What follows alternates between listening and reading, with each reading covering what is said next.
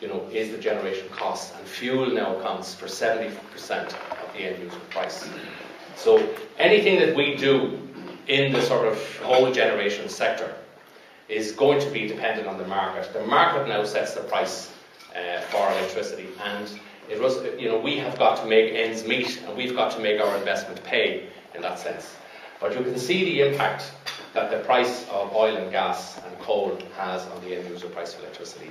And you can see where the price of those fuels has been going in recent times. And the trend has been upward completely.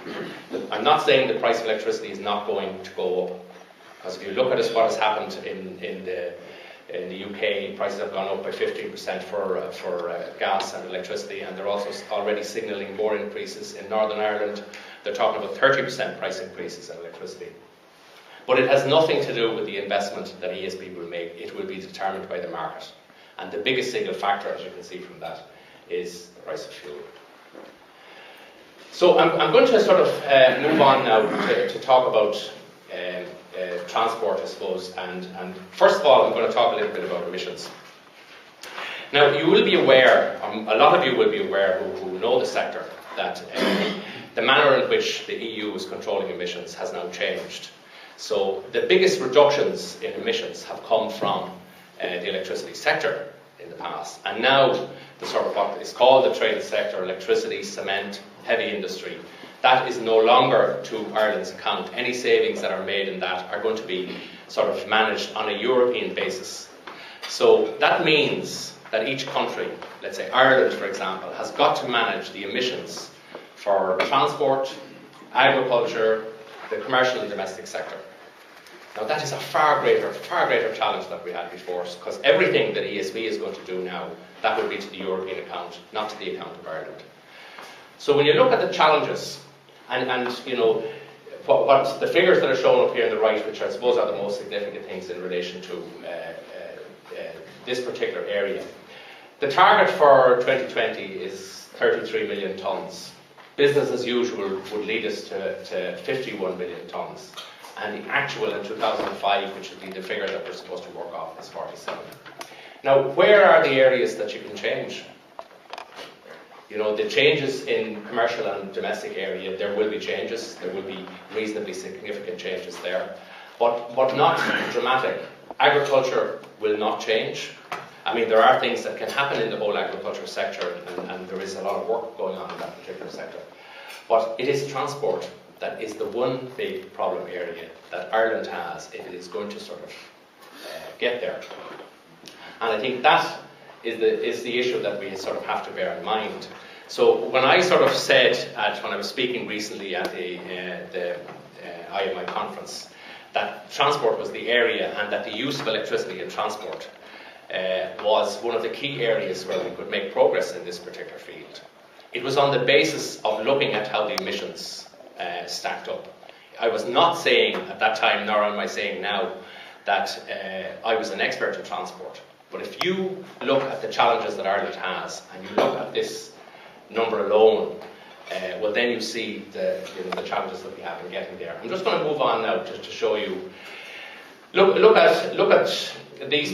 You don't have to look in the detail because I'm sure you can't see it. But anyway, what it shows is that the headroom growth in terms of transport in Ireland is quite considerable.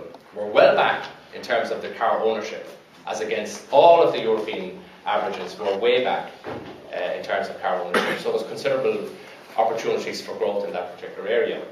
On the other side, the public transport usage is quite high. That's something that people don't actually sort of bear in mind. But if you think of it, we're way down in the number of cars, so we are going to be well up in terms of the public transport usage. So that actually gives us opportunities. Let's just look now at this particular one. This is the relative contributions to emissions. And you can see that, if you can't see the bottom one, the blue is the transport, the green is agriculture, and white is other. A reasonable sort of, some reductions in the other area, the domestic and commercial. We would certainly hope that there would be reductions area. Very limited scope for reduction now, again in transport. And you see then that the target, or in agriculture, so the target has got to be transport. Now, one of the other things, I suppose, about the use of electricity in the transport sector is it is widespread. It is widespread. I know we have a very small usage of it here, but across Europe it is widespread. So the technology is not a particular problem. Okay, it would be expensive, and I accept that. Someone said to electrify Irish Railway cost 8.5 billion. But it's 8.5 billion over what period of time? I think that's the sort of critical issue for us. If you look at the development in electric cars, and it is an absolute fact now that all of the mainstream car developers are going to get into the electric and hybrid technologies more and more. If you go out there today and look for an electric car, the vast majority of them are actually adopted ones. They are sort of other, they are not the mainstream car manufacturers. They are people who are taking vehicles and converting them into electric use. But that is changing. And when you have the initiatives that are taking place, particularly one in Israel and I think in Denmark as well, where they are sort of going to push for the use of electric cars, then I think you can see that the big motor manufacturers are going to go there. And I think that that's where we should be driving as well. Someone said, I think it was proposed in London at one time to stop cars from going into central London. They would only allow the registrations with even numbers to go in one day and odd numbers to go in the next day. And of course the answer to that is, since the vast majority of families have 2 cars, you have both. You have an even number and you have an odd number, and you can drive in any day. But suppose we said that by 2017 or 2018, that into the very centre of Dublin you could only drive electric cars. Well then, the obvious answer might be there as well. So I think that, from an electricity perspective as well, I suppose one of the things that we have never managed to actually crack is how do you get the maximum use of electricity at night time.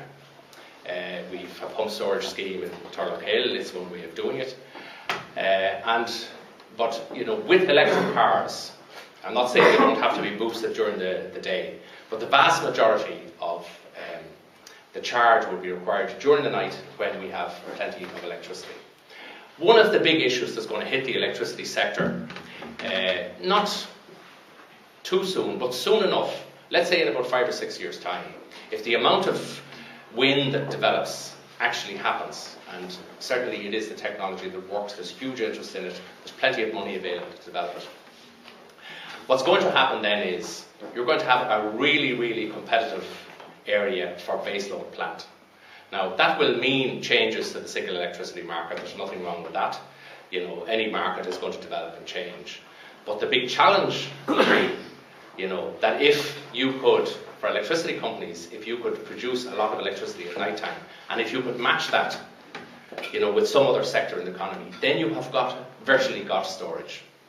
A lot of the people who have said that the hydrogen economy is the way that people should be going, and that has been said, and it may be one of the things. But the big issue around it is that you can store it. Of course, the problem with the hydrogen economy is we don't have hydrogen. We have no such thing as hydrogen mines or hydrogen wells. You have to make it, and it is really, really expensive still to make it.